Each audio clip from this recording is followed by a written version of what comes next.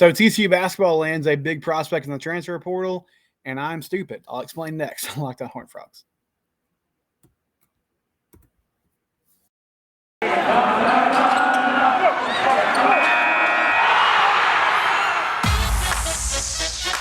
You are Locked On Horned Frogs, your daily podcast on the TCU Horned Frogs, part of the Locked On Podcast Network, your team every day.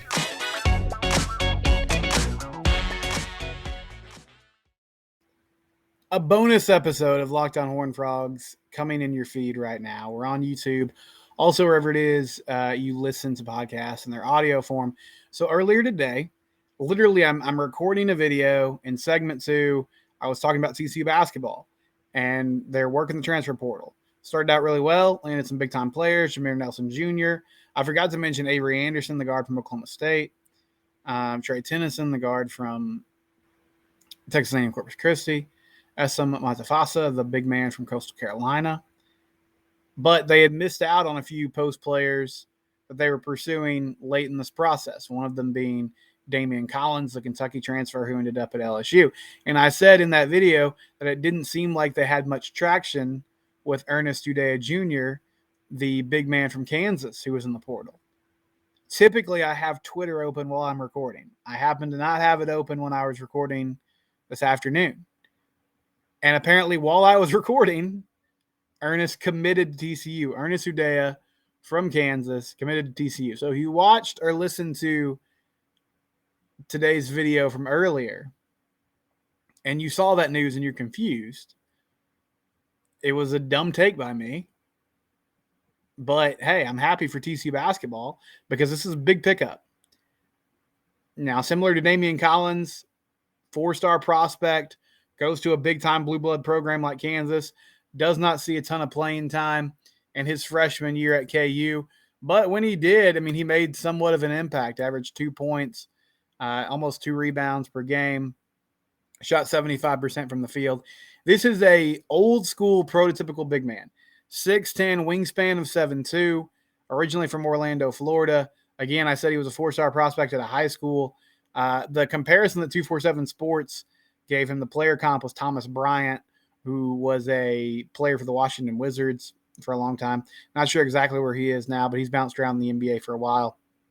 Not a super polished offensive game, limited shooting range. But the important thing about him, rim protection. This is a shot blocker, 7'2" wingspan. He's somebody that's going to deter guards from just getting whatever they want around the rim. And you also have a guy who is just a good rebounder, understands angles, understands getting to the rim, and can finish. Is going to be somebody who can catch lobs, throw it down, runs really well, athletic, and has a number of years of eligibility left potentially if he's going to be the type of guy that sticks around. This is a big-time pickup for Jamie Dixon and the staff. This portal haul is looking better and better, and this is possibly a huge finish to it by getting Ernest Udeh Jr. from Kansas. You now have another big man that you can work in there with Essam, the other transfer from Coastal Carolina, and then Xavier Cork, who I feel like Xavier is going to benefit from limited minutes. Like we saw him a couple years ago, he really seemed to do well when he was not asked to be out there, primarily 25, 30 minutes a game. And Eddie Lampkin was a decent defender, decent rim protector after the injury last year. Really didn't show a lot of that. But this is a guy with a lot of athleticism and I think a plus defender.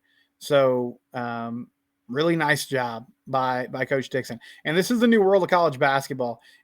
Another silly thing that silly take that I had earlier this year was, man, it really does feel like TCU is kind of falling behind in high school recruiting. And I think that's largely true. But the bottom line is, unless you're like a top 50 program or a blue blood program that is going to bring in I didn't mean to say top 50 program. Unless you're the type of program that's bringing in top 50 McDonald's All-American type kids year in and year out, the new world of college basketball is hitting it through the transfer portal. Because the bottom line is, if I can get a young man who played at KU last year, albeit sparingly, and get him to come and play basketball for me at TCU, that's probably going to be more effective than just filling up with, you know, 3-star players who might end up being projects out of high school. Now, I like some of the guys they went and got. I like Jace Posey. I like Isaiah Manning. I think those players could project and be really good forces for them later on. And so we're still awaiting the decision. I'm going to look at Twitter again because last time I was recording, I missed breaking news. But we're still awaiting a decision from Emmanuel Miller and also from Damian Ball as they decide whether they're going to come back to school or continue the path of moving on to professional basketball, whether that be in the NBA, G League, or overseas. And so that decision should come down later today. But we have a big pickup in Ernest Udeh Jr., and it sort of rounds out a really nice transfer portal haul for TCU basketball. And that's on top of some guys that are returning. Jacoby Coles, who emerged as a nice scoring option for them late last year. Micah Peavy, hopefully he stays healthier this year. We've seen Micah with athleticism. Can be really disruptive, especially as a defender, great defensive player. If he could add, a 3-point shot, then we're talking about a guy that could really make some things happen. And then Jameer Nelson Jr. kind of leading the charge scoring coming over from Delaware. But overall, big-time stuff happening for TCU basketball. And it feels like this staff is starting to get the hang of, okay, you get a core in here for a couple of years, and then you reload through the portal. That's how we're doing team building now. And if that's effective, then that's a huge philosophy that should work well for this team moving forward. But they have a big man who can play defense and protect the rim and finish as well. Hopefully somebody they can use in a lot of pick and roll action. Exciting stuff, as it seemed pretty dead. And I mean, the reason I said it didn't feel like they had much traction with Ernest was it felt like he was trending towards Duke. That was sort of the scuttlebutt with the recruiting insiders. There wasn't a ton of mention about TCU, so they pulled this off quietly, which is really cool too, because usually it doesn't go down like that. But they got their guy.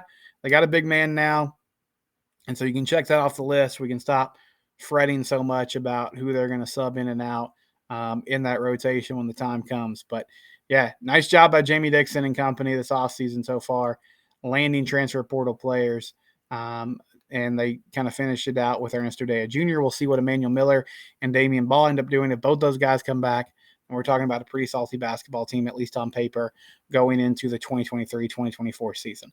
We'll be back tomorrow. It's Locked On Horned Frogs. It's your team every day.